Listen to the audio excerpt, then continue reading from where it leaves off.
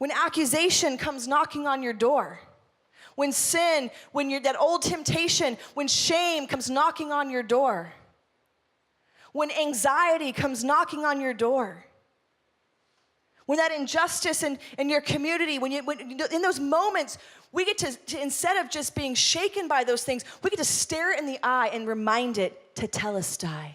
It is finished. I don't have to carry around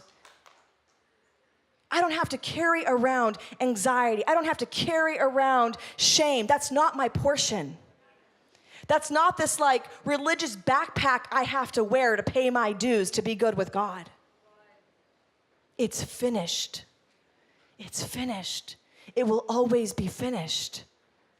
We get to stand in the righteousness of God. We get to move from that place. We get to move from the place of victory, not begging, pleading, hustling for our worthiness anymore.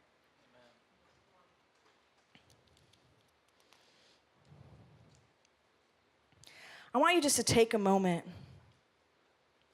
Take a moment and consider what Jesus did for you on the cross.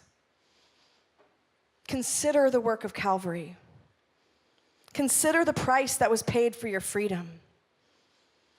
Consider the invitation that's been given to you to live in total freedom and victory. Consider the great exchange that the cross offers us, that the resurrection provides for us. You see, this can't just be a story. This can't just be something that we go, oh yeah, I believe that way back in somewhere in my spirit. Like, what if this became so real right now in your mind, in your spirit, in your nature, what Christ has done for you? Consider the fact that Christ doesn't need you to do anything to earn your way in.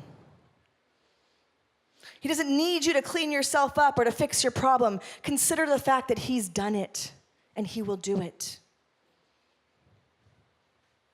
Consider the fact that when he looks at you, he sees his righteousness. And nothing you could do could ever change that. Consider the great exchange where he takes our mess and heals us and restores us. Consider the grace by which you're saved.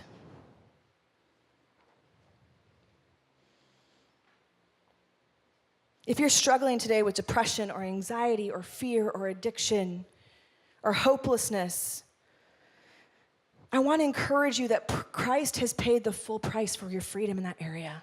Amen. I want to break the lie off that says, I'm going to always just have to carry this cross. Jesus didn't go to the cross so you could have partial victory in your life. He went to the cross to fully heal and restore and set you free, to empower you,